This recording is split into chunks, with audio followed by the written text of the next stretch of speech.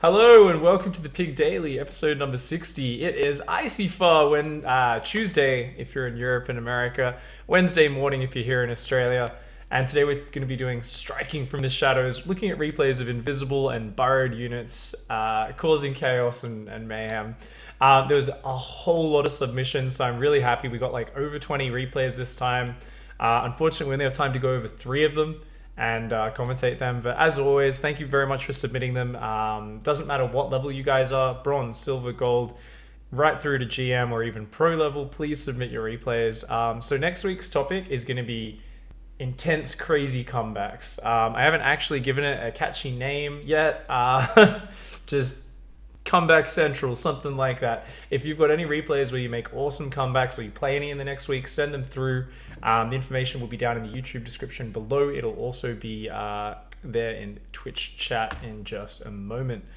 So guys, I am a little bit later than normal starting today's show, so just to give you guys a very quick update before we dive into the games, I'm a little bit disorganized because my friend messaged me. I got up, 6:20, 6:30 in the morning. I was drinking my coffee, about to get ready for the show, and then I got a message from my friend who at the moment is riding his motorbike from Japan through Mongolia, and he's in Kazakhstan at the moment. So I had to catch up with him. It was like 3 in the morning over in Kazakhstan, and I had to just kind of chat to him for a few minutes and try and see what he's up to.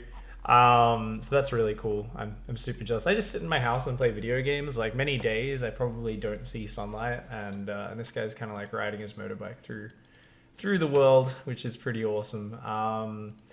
Also, I've got the studio mic. I'm not sure if you guys can see it in the shot right now. You can see, here we go. I should probably stop punching it and touching it. Got my Blue Yeti, hopefully working again for good now. I've got a powered USB hub for it, so it should stop disconnecting, which means no more clipping, no more audio issues, I hope.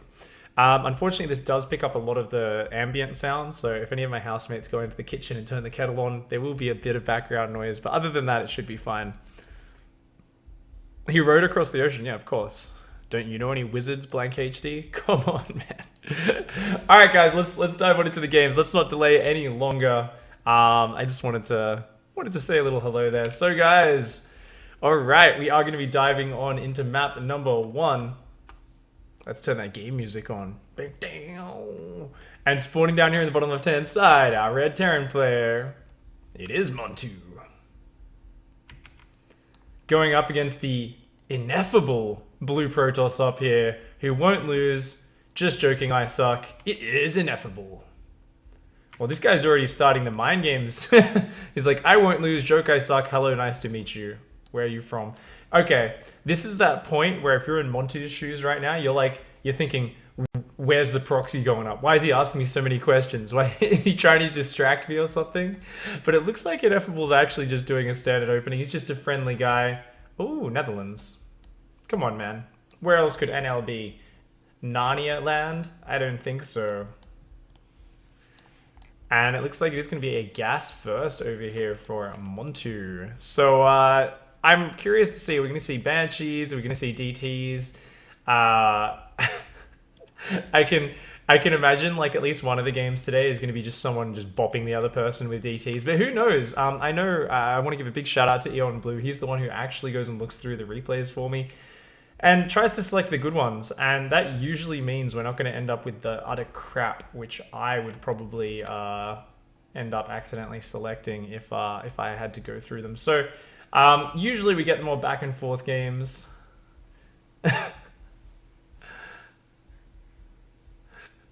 This is like the conversation that happens with every Dutch person ever.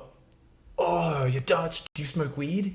You smoke weed every day, right? It's legal there. It's legal, right? And they're just like, no, like it's, just whatever. Not interested in it. And then everyone's always like, oh, I don't understand. How can you not just smoke weed every day, man? 420, bro. But looks like for now the SCV is going to be scouting around. Isn't looking like the Terran wants to proxy anything yet, but Ineffable. Oh my god, what are you doing? What is he doing? He's got like the double proxy set up. What the hell? This is going to be disgusting. Does have a cyber core down, going up to 3 gateways back home. 4 gateways back home. Still no Twilight Council. I don't see any invisible units yet. We've got 3 barracks and a factory on the way here for Terran. I think Montu, was he going down for an expansion and the SCV got stuck? This guy's just doing a little bit of scenic sightseeing right now. And this Marine, oh, look at that map hacks, man. A move right onto the pylon and then the probe. I'm joking, of course. I don't actually think that's map hacks. These are some pretty common areas where you would want to be checking, make sure there isn't a probe hiding. Looks like Montu's going to come down and start sniping that down, but I still have no idea what Ineffable's plan is. He's got 4 gateways at home. I think it's going to be a big attack, maybe just warping it off this pylon. The problem here is now that Montu catches the pylon, he might be a little bit... Oh, there's no in-game sound. Sorry, guys. Speakers. Huh?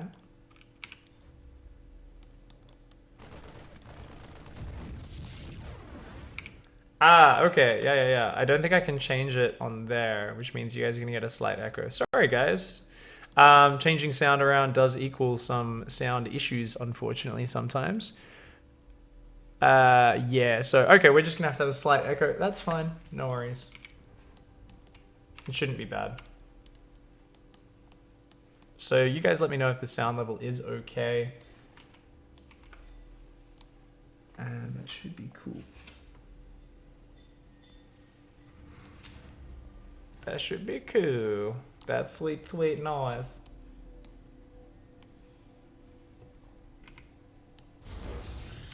Alright, we see it, guys. 4 Adepts are building at a time out of these gateways. Warp gate's almost done, and now the Twilight Council does go down. Back over here on the left-hand side, the Marines are going to be wailing away on that other second... Wait, this is the 3rd pylon. But it's fine. Ineffable has another pylon here, and he's put another pylon up there. Still hasn't put a gateway next to any of these pylons to make them a fast warping pylon, but this is still kind of scary. Montu is getting Marauders. He's got a siege tank on the high ground to protect him, and he's got concussive shells about to finish. He's got that nice 3 barracks production. Still 1 base versus 1 base, though. So if he's surprised by the tech, then that could be... Whoa, what did I just press? I wanted to see what the scan was. I meant to press V for vision. I accidentally pressed... Complete. Where's he scanning? Ah, scans the natural, sees there's no natural. I actually accidentally pressed B and it zoomed on back a few seconds. But, oh my god, Montu's a god, man. This guy's like the hunter of pylons. He's just gonna find every single pylon and just blast them down. But is he ready for this? We've got 10 Adepts coming across the map, starting to shade their nasty way over. DT Shrines on the way behind it, Glaives as well. We've got a Forge on the way. I think Ineffable's gonna be causing a lot of chaos with those Dark Templars. Still, only 1 orbital and no engineering bay down. Uh-oh. Especially if he drops another mule, then he's gonna have almost no energy when that Dark Shrine finishes. And uh-oh, these Marines as well are caught out in the middle of the map right now. If those Adepts go in, those Marines will get caught, but the Adepts are just gonna back off for now. Got that Forge on the way. Still got... Oh, there we go. Using this pylon as that fast warp-in pylon now. And another pylon goes down in the bottom right-hand side of the map. This guy is absolutely ineffable, mate. He's just going to keep on proxying these pylons. And Montu's like, I will keep looking for pylons. I'm just going to keep wandering around the map. These Marines, though, super exposed now. He's got such nice defense with the tanks, but... Oh, there we go. He's building a turret in the main. Okay. He's going to have a bit of detection up. That's going to be something. Both players still just on 1 base for now, and neither one really getting ahead in that regard. Both of them going to be starting that +1 upgrade, and the Dark Shrine has finished, guys. These Marines can actually avoid the entire Protoss army and come around and find this pylon, but they actually aren't attacking it just yet. And oh, the depot's down! The Adepts shade on into the main base. They're going to be diving on up here, but the Siege Tank Splash and the Bio on either side of them blast about 5 of those Adepts down almost immediately. At the same time, the Marines are going to get this pylon behind this, and things are not going well for Ineffable right now. He's got DT tech, but he doesn't have any close warp-in pylon. He can warp in up here at the closest, and even then there's turret in the main base, even though it's a little bit far back. There's tanks and bio.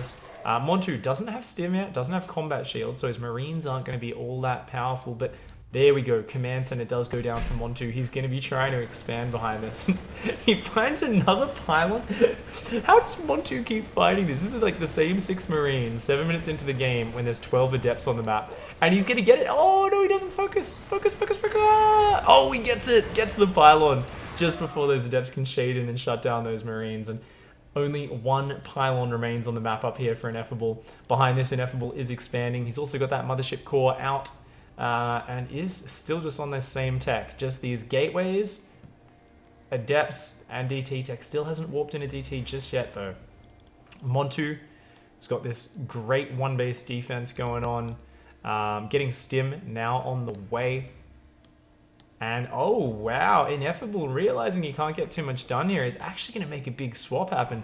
Third Nexus goes down, and double Stargate. Wow, we're going to be going for a big swap into Sky Toss. Maybe Void Rays, maybe Phoenix, not really sure. And DTs finally do warp in, so we're going to get to see some action with these. And these DTs are going to be coming into here. Oh. Okay, let's put him. Oh, Montu spots the shadow of that invisible unit. Drops the scan. Still doesn't see this DT hiding in the back, though. And right now, he does not have mule energy. He needs to put more turrets down. He's going to start putting turrets down out here at the front. That DT, though, he's got a little bit of a window to maybe sneak into that main base. Keep in mind, Montu's turret in the back of his main only covers to about there. So DT can potentially run in there. Behind this, we've got +1 attack on that Cybercore on the way. That Forge getting +1 armor as well as a robotics facility going down. And here we go, it's time. The DT coming in here, starting to whack away on these SCVs. Takes out 3 of them. 4 SCVs do go down before he does get blasted. But another scan has to be used for that, so not too bad for Ineffable. Of course, Montu definitely in the stronger position in terms of both army and economy right now. He's got 3 workers ahead, but with mules as well, that's an even bigger lead. And he's got a big army supply lead, 50 army to just 20. The issue for Montu is how can he push across that map without much mobile detection. It'll be a little bit tough if DTs keep hitting him. And so far, he's got a big bio army. He's got Stim, but no starport or medevacs just yet. So he's got, oh no, he does have the starport with the reactor, but no medevacs having been built out of it yet. So every time this bio stims, they're not going to be able to recover from that. So this is like very much a one-punch army, which Montu's got. Meanwhile, what's the plan? The Stargates are finished. The Templar Archives is going down as well. Ineffable's getting all the tech. He's got like a nice natural mining now. He's getting the gases on his third as well. So his gas mining is actually way ahead at 800 gas a minute right now. And he's just got to make his decision about what his follow-up is. Looks like he's going to be going charge and maybe going for a charge lot Archon or charge lot Storm follow-up. But he's got to get those units up soon. So let's fast forward just a little bit here. As there is a bit of downtime, both players are going to be building up. Uh-oh, Fleet Beacon's on the way, double Oracle on the way, and Storm. Ineffable is building so many units, so many spellcasters as well. This is going to be a really hard army to control. And looks like the medevacs are now out. Montu going to start dropping across this map. But I think that definitely gets spotted there by Ineffable. So this drop, what is there to defend it though? There's a mothership making it. Okay, that's one way of making invisible units. He's making a mothership. The DTs didn't do a lot, but the mothership is going to be coming in. But there's absolutely no other defense right now. There are 2 oracles waiting down here, ready to strike in potentially on that third base. This drop just waiting for its moment. And this game is about to get absolutely mad. Ineffable here is focused so much on his economy. He's actually got a very nice economy lead right now. 58 workers to 37. And that's pretty damn sick, but this drop coming in, there's just no defense. Like I mentioned before, DT coming in to defend this. The Stalkers are going to go down very fast, but that DT doing a really good job. Forces the drop to lift. It's going to pick up and go drop in the main base. Really nice harassment here from Montu. At the same time, moving a few bio units out on the map to clear up those adepts that are out there. And it looks like Ineffable here having a bit of trouble cleaning this up. Where is that mothership core? Mothership. Mothership's just chilling down at the natural, and there we go. Another DT does warp in, and that will finish up this attack. Montu gonna save a few of the units and dive out of there. Meanwhile, these bio units, they find the adepts over there. These oracles are gonna dive in. It's their moment. Here they come. And Ineffable, remember, he doesn't have a lot of army to work with. He can't afford to throw these oracles away, but one oracle goes down without getting anything done. Looks like he's just gonna scout out the base. See, it's a lot of bio, and oh no, a turret gets him on the way out. Ineffable, nothing going right for him this game. Now he's up against this 3-base Terran Montu, who's been building up this monstrous army of Marine, Marauder, Siege Tank, and even adding a Liberator in now. But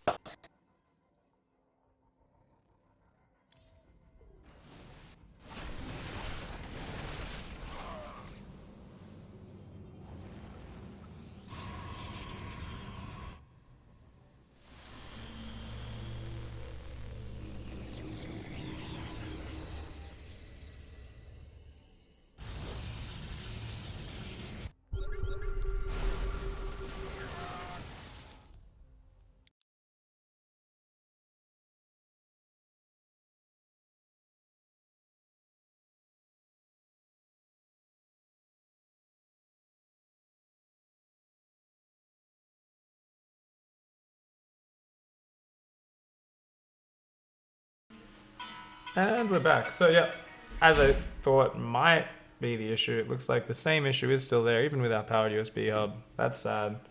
Tested it for 40 minutes straight before we went live and it worked. So hopefully it will stick with us for the rest of the episode, guys. Blank says unplug the hub and plug it back in. Yeah, we just actually disabled sound on the mic and then re-enabled it and it came back. So it's just like a flash sort of disconnect. Anyways, we'll keep going. Do apologize for that, guys. Losing about a minute of audio there. Anyway, we've got a mothership core. What I was just saying is there's Immortals coming out for Ineffable. He's got like every tech in the book, but he hasn't really committed too much to it. He spent a lot of money on these DTs and Stalkers, which he needed to defend that single dropship. And now he's got this kind of mishmash force, but he's got the mothership for the invisibility. But Montu here is building a gigantic army of Bio Liberators and tanks. Montu at the moment at almost 100 APM up against the 60 of Ineffable. And Ineffable, here we go, finally showing what he's going to build out of those Stargates. It is going to be Tempests on the way, and Tempest will be amazing against this army, but he needs time. He needs to get about, I don't know, he needs to get some Storm out or some Disruptors or something to deal with just the massive Terran units on the ground. But Montu is really taking his time, and the problem is if he gives Protoss a little bit too much time, I think Ineffable with this big 4-base economy, kind of main-arding his workers around from base to base, transferring them down, I think he might just have too much stuff. So Montu's really got to attack sooner rather than later, because once those Tempests get out in good number, it's, Ineffable will catch up. For now, though, Ineffable is at almost 1/3 of the army supply. But Montu's given him that time that he so desperately needs. Montu, though, now almost maxed out. He just dropped a scan. He's seen kind of what's going on with the army. Now, the important thing here, though, is he doesn't have detection, and he doesn't have much energy saved up. He's going to need scans when he does push across this map. He's going to need a lot of scans for detection, or some Ravens. He doesn't have Ravens, so it's all about those scans. And he's actually been dropping more and more mules here. Uh-oh. This could end up disastrously for Montu if he can't see this army. He does have Marines and Liberators which can just focus down the mothership, I do suppose, but we're going to have to see how this ends up. Montu coming down here. He's got a Widow Mine. He's got a lot of Liberators and Bio here, but he's just kind of zoning around. Looks like he wants to attack from the south side of this expansion, and he's going to be coming in there. Oh, okay. Carriers are finally on the way behind this. Blink as well. Every single upgrade. Ineffable just getting all the upgrades. He's got a lot of cannons, but I don't know if that's going to be enough. Right now, Montu coming down this back path. Is he going to break down those rocks and hit the natural? I'm not 100% sure. He's veering around with his army, coming in from an odd angle. Does finally start moving on in here. And there we go. The tanks are sieging. He's going to slowly pick away at this base from afar, but this is giving that valuable time that Ineffable needs. He's got already 1 Tempest out. He's got 2 carriers that are going to be out soon as well. Ooh, the Tempest starts to deal a little bit of damage here, but those Liberators setting up. The Bio stimming in, but there's no scan. Oh my god, there's a wall of Zealots and DTs. He can't get in range of that mothership. So much Bio going down here. Oh my gosh, finally the mothership does go down, but the Bio was just completely torn apart there. Oh my god. Somehow Ineffable wins with like 1/3 of the army supply. Using that invisibility, Montu just not scanning, having to target down that mothership before he could do that. Oh man, and he just gets absolutely brutalized. Suddenly the supplies are equal. Ineffable still with a whole bunch of DTs and a Tempest standing strong at the end of that. Let's have an instant replay of that fight from Montu's vision. And here we go. So Montu's coming on in. setting up his Liberator zones, and then he's going to stim and he's going to try to click on that mothership, but he doesn't realize there's this whole army of invisible units right now stopping his bio from moving forward. They're all clumped up behind each other. And oh my god, the mothership pays off big time. Almost all the bio is torn apart by the DT Zealot Adept. And the overcharge just does work on these Liberators as well. Very nice play from Ineffable.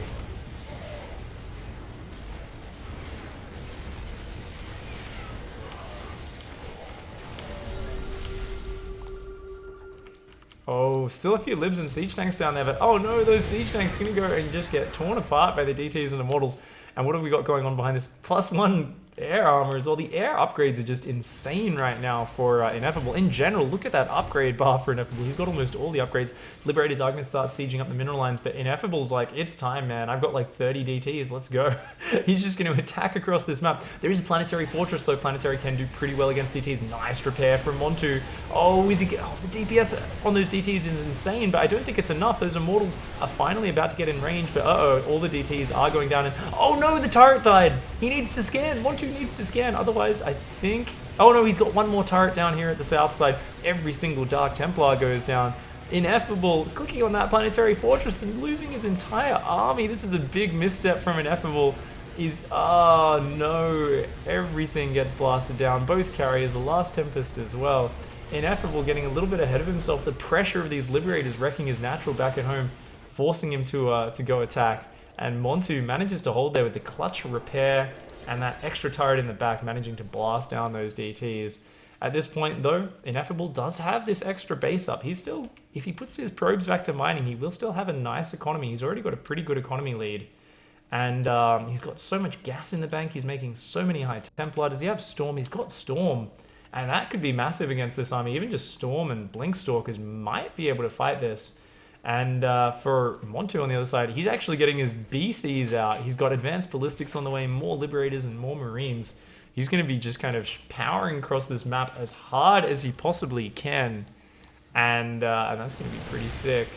But if these storms land, then Ineffable does have a chance to hang on. Once again, we see the same situation as we did last time. Ineffable is at 1/3 of the army supply. He's trying to warp in Zealots desperately.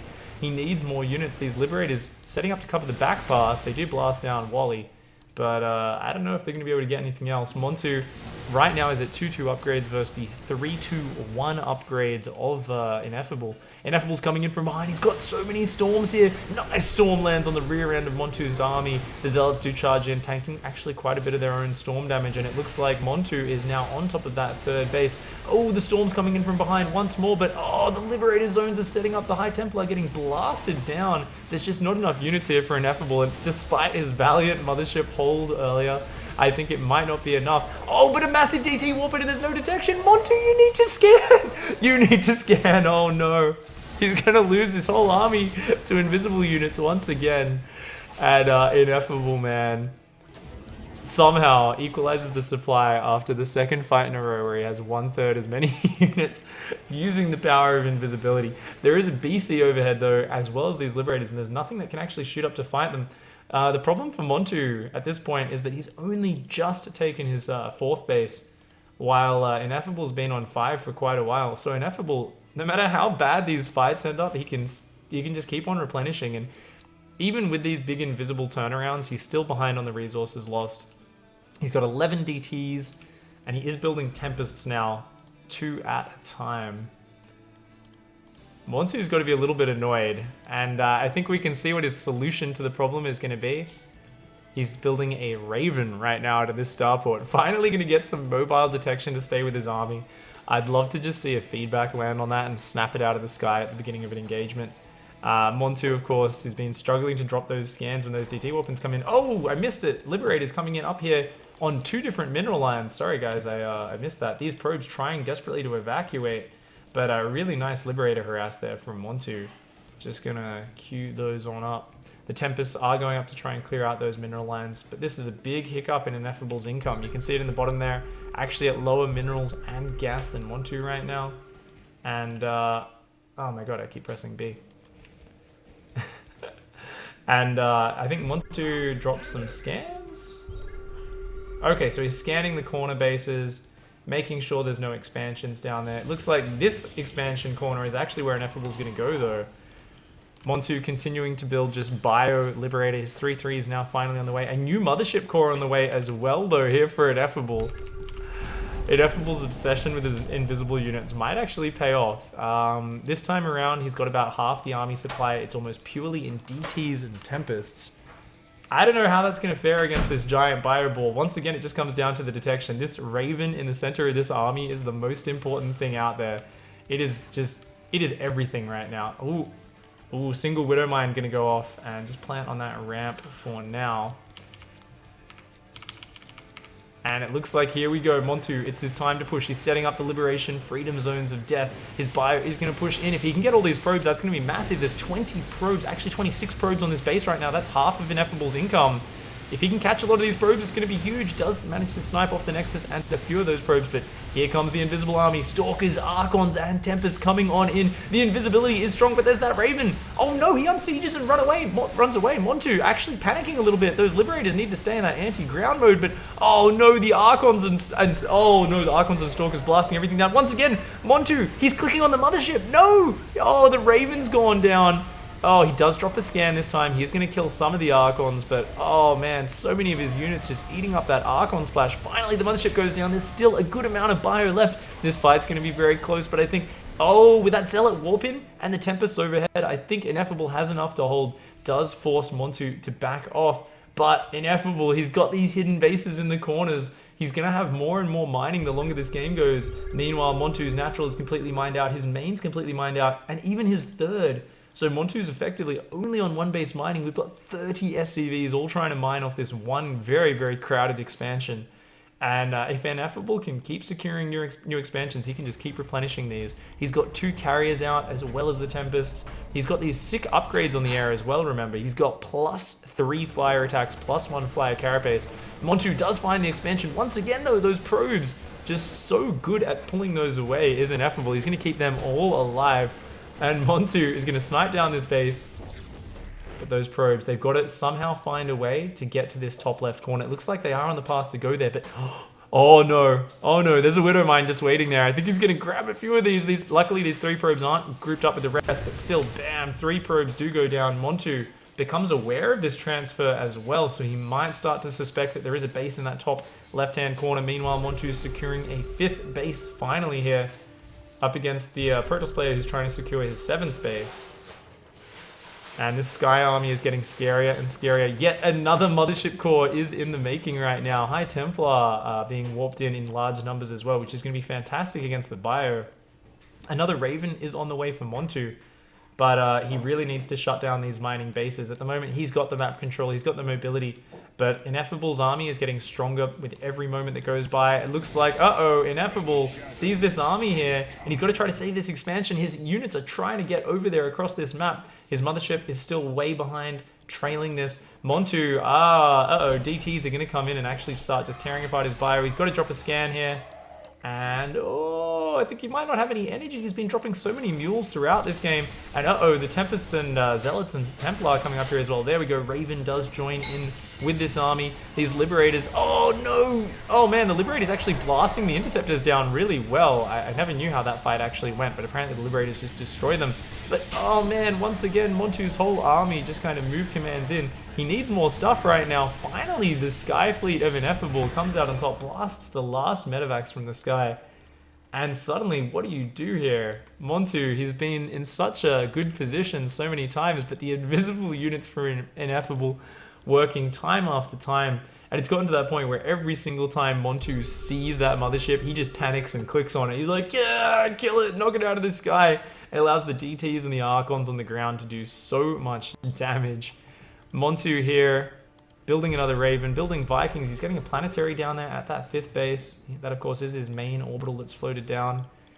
Meanwhile, this Widow Mine doing a very nice job of just steadily picking away at units. Another Widow Mine going to be going down here and trying to deny any potential expansion there. But still, 2 bases mining strong for Ineffable. Montu just on the 1. I guess he's got 2 now, actually. He's got 2 mineral lines, a couple of fresh gases, which can be mining soon, but his army count's being reset, and he's using these weaker, smaller units, Marines, Marauders, Vikings, up against the big capital ships of Ineffable.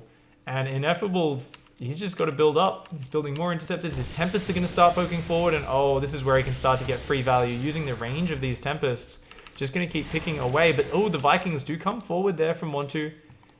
Get a volley off on the Tempests. The Tempests are forced to retreat. More carriers are joining up here. More High Templar in really large numbers.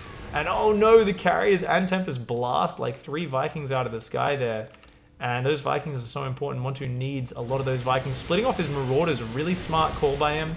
Going to do a big counterattack. And oh, nice Widow Mine shot. Going to do some good damage there. But the Storms. The Storms are absolutely monstrous. There's no Liberators to deal with the Interceptors this time either. All the Marines disappear. These Vikings going to be going down to those Storms as well. The Interceptors and the Tempests just tearing through this entire army. Montu, unfortunately, falling to this Protoss ball of death. There's just cotton balls, storms, motherships, carriers. There's just too much in the air. Even though his Marauders are going to kill some buildings back at home, Ineffable doesn't mind that. He's still got his 2 mining bases safe in the top left-hand side of the map, and he is just tearing through the last remnants of this bayou? Montu says,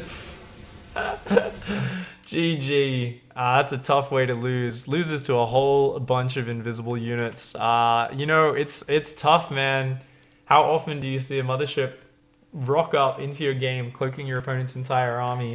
You know, that first big engage, Montu gave him a little bit too much time and then just didn't drop the scan quite quick enough. Didn't realize just how many invisible units there were on the ground there. And that's kind of brutal, man. I wonder if that must have been submitted by Montu, I think. Because our next replay is actually also with Montu, which is cool. He wasn't really trying to use invisible units, so looks like we've got a couple of Gold League replays this time, which is awesome. Because sometimes we get so many Masters and GM replays of people like, I want to show off how awesome I am. But like I said, guys, I want to see a bigger range because you get to see variety. Like, I don't think we've ever seen a mothership in any ICYFAR game ever until today. But that was absolutely awesome. So let's dive on into this next map. And let's take a look at it. Spawning down here in the bottom right-hand side, our Terran player taking a little bit of a beating that last game, but looking to redeem himself. It is Montu. And his opponent spawning down here in the bottom left-hand side of the map, our red Zerg player, it is Xeno. Xeno here spamming out that APM, man. He's got like 250, 300 APM. Takes that much to build a few drones and a hatchery, I guess. Zerg players, yeah. Meanwhile, Montu going to be going for a gas first. Again, wants to be getting up that tech quite early here. Let's fast forward through this early game a little bit so we can get to the fun bits. That's the advantage of casting some replays. It looks like it's going to be a reactor first into second gas. And I think he's going to be going for... Oh, he's going to be doing a much quicker expansion this time is Montu. So going to be getting that command center down nice and early and starting to bank up a lot of that gas and going for that factory. So not a bad build at all for Montu. Just going to be getting out Marines for safety, going up the tech tree and the economy. Meanwhile, on the other side of things, Xeno here just droning up, building a few Zerglings for safety, and both players really just playing their own game. Looks like Montu's going to be looking around with these Marines, but they got to be careful. There's 4 Zerglings coming across the map. Montu, you got to be careful, man. Uh-oh, the Zerglings are going to catch him. They're going to be able to take down these Marines. One Marine falls, the other one trying to run for his life. Can he get to safety? Can he get there? Does go down, unfortunately. And trading 1 Zergling for 2 Marines, always a good trade. Montu going to be going for a starport behind this, and it looks like he might be going for Banshees, as he's got a tech lab ready for that starport to lift onto it. Meanwhile, his factory moving on to build its own add-on elsewhere. Back at home, Burrow on the way for Xeno, as well as an Evo Chamber, a Baneling Nest, and a Roach Horn. So it looks like a very big commitment to those ground units.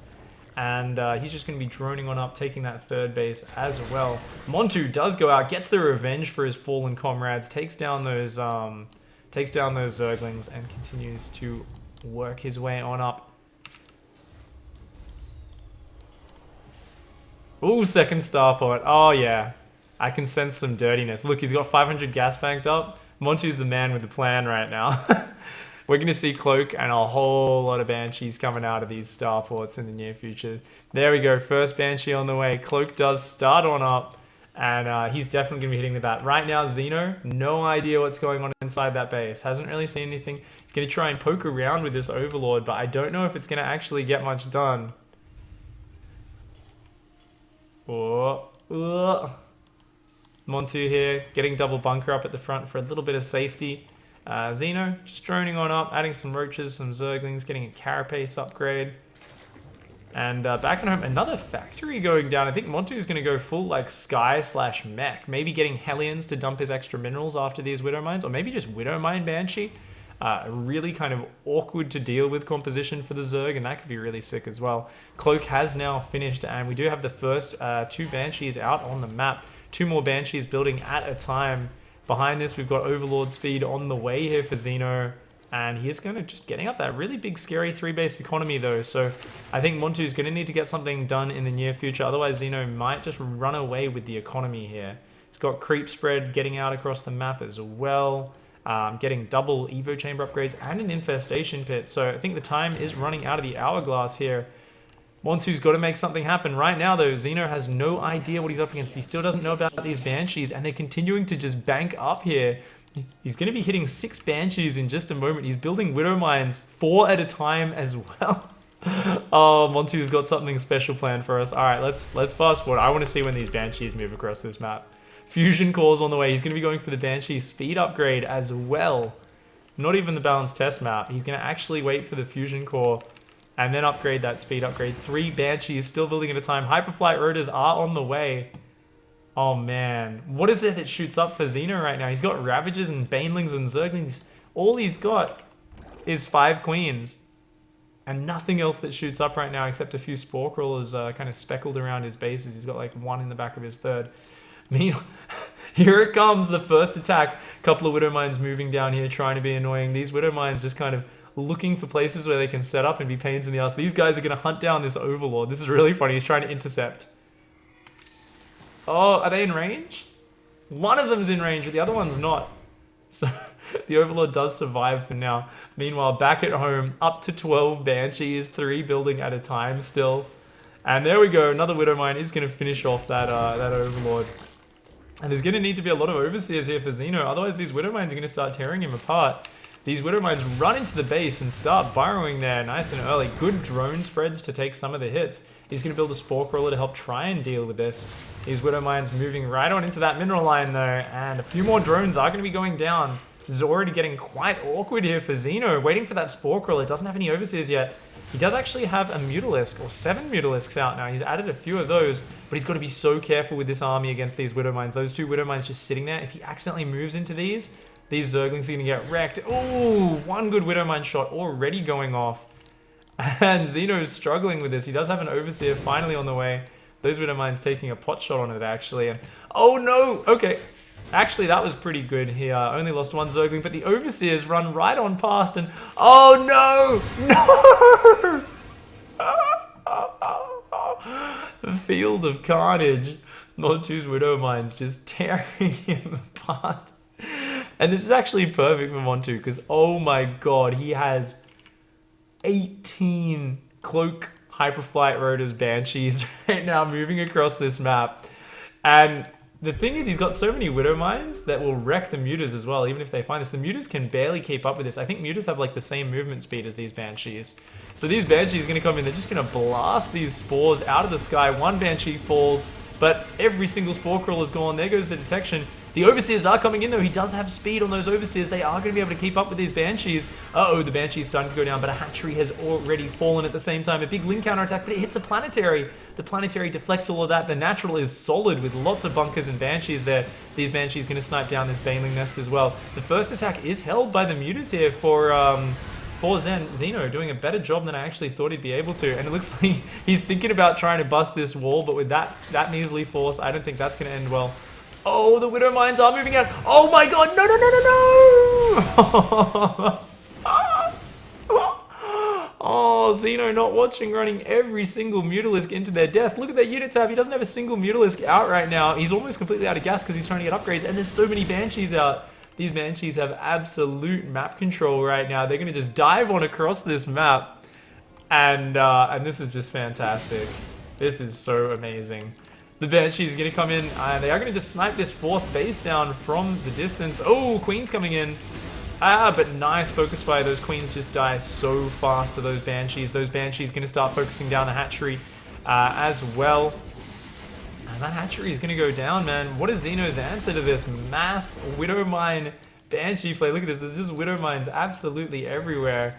The Banshees flying about all over the place. More and more of them coming out 3 at a time. 3 Widowmines building at a time. Only issue for Montu is he probably does need to take some new bases, but right now, Xeno is just at a loss for how to deal with this. He's got some Corruptors and Muters on the way, but against this many Widowmines, I just don't think he can stop it. I think Montu's going to push across for this one big last push. Banshees and Widowmines looking completely unstoppable right now. And here we go, he's coming on in. This is the push. Widowmines mass burrowing all at once. Unfortunately, they can't kill Creep Tumors, though the Banshees can. Those Widowmines protecting the Banshees for now. The Banshees being very careful. They don't want to get sniped off. Those Corruptors and Muters are looking to flank. Oh man, this is so tense right now. Xeno needs to get some Banelings in the middle of those Widowmines. If he can get a bunch of Banelings in the middle, then everything will be okay. But I don't know if he's going to be able to. The Widowmine's coming forward. Oh, Xeno's running away. A few Corrosive Biles on those Widowmines could be really nice as well, but I don't think he's going to go for it. He's got a few Queens coming in here. That's not enough to deal with that many Banshees, though. The Banshees just playing it very carefully. They're going to be able to start two-shotting Spores. Ooh, nice Corrosive Bile takes out 3 Widowmines there. These Spores actually doing a pretty good job killing a few of these Banshees, but the Widowmine field is just unstoppable. Montu's going to finally get on top of this base, and that hatchery is going to say goodbye. Ooh, the Corruptors and Muters are trying to come on back, but the Widowmines are going to put an end to that very quickly. More Corrosive Biles landing on Widowmines on the back end, but the Widowmines do root, and goodbye Mutalisks, goodbye Corruptors. The Banshees stand strong. A few Banelings actually kill a lot of Widowmines there, but in the end, Xeno just doesn't have enough. Revenge. Montu dies to cloak units one game, brings it back the next, and absolutely destroys his opponent with mass Widowmine Banshee. That's the sort of game that I wanted to see. Whoops, wrong scene there. That's freaking amazing, man. All right, that was 6. So the next one, and the last replay for today is going to be a Masters replay. I believe it's going to be a TV. It's a TV something. It's a TVZ. Submitted by Riglinium. So we're going to dive straight on into this game and take a look at it. Spawning down here in the bottom right hand side, our red Zerg player, it is Sith Shadow. And his opponent, representing Clan Pig's Pan, in the top left, it is Riglinium. Tasia's so hot right now. So hot. So I'm pretty sure this would have been submitted by Wriggle. Wriggle's, I believe, Masters 1? Masters 2? Somewhere in Masters, Terran. And going to be playing a TVZ here. So I'm very curious. Are we going to see some sort of Ghost Rush? Is it going to be maybe some sort of... I don't know. It could be like a... It could be some sort of mass Banshee play. It could be Ghosts. Other than that, Widowmines as well are burrowed units. So remember, striking from the shadows is the topic. So really anything that involves burrowed or invisible units. So Widowmines and Banshees last game was perfect. There was both in the one choice there. But it's going to be interesting to see which one Wriggle chooses. I love looking at the APM of people. Let's just fast forward this early game. Wriggle just casually playing with 100 APM, and his opponent just spamming away at 330 APM. He's going to scout the hatch gas pool opening here out of Zerg. Meanwhile, it looks like Wriggle just going to be going for that Reaper opening back at home. SCV going to return across this map. Going to be going for that reactor. Looks like it might be a 2-1-1 opening. I'm not 100% sure. It does go for the reactor after Marine, and actually a bunker.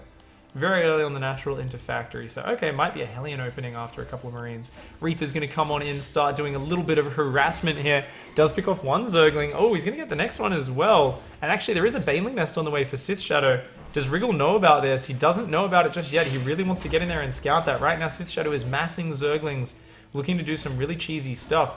And he's actually not got any drones on the natural. If Wriggle noticed that, then he really might have his hackles rising right now. He might have the hair standing on ends thinking, what are you up to, you dirty, dirty boy? Already got a bunker down on the natural, as I said. He's got Marines building and that factory almost done. Definitely might have the potential to hold this. Like, a bunker is such an important tool because off this economy, Zerg is not going to be able to afford a large attack. It's just going to be like 6 or 7 Banelings and one wave of about 20 to 30 Zerglings. And if that doesn't break the natural, then it's not going to work out. And Wriggle already going into Hellions behind this and a second barracks. Does he have any information to realize exactly?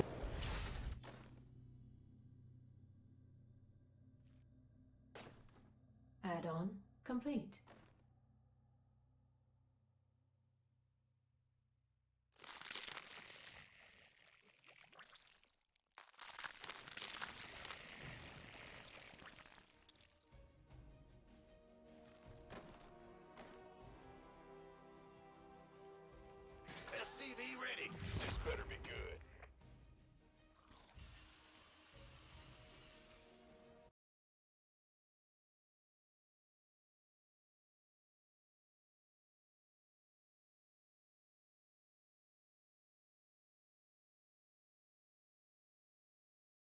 And we're back.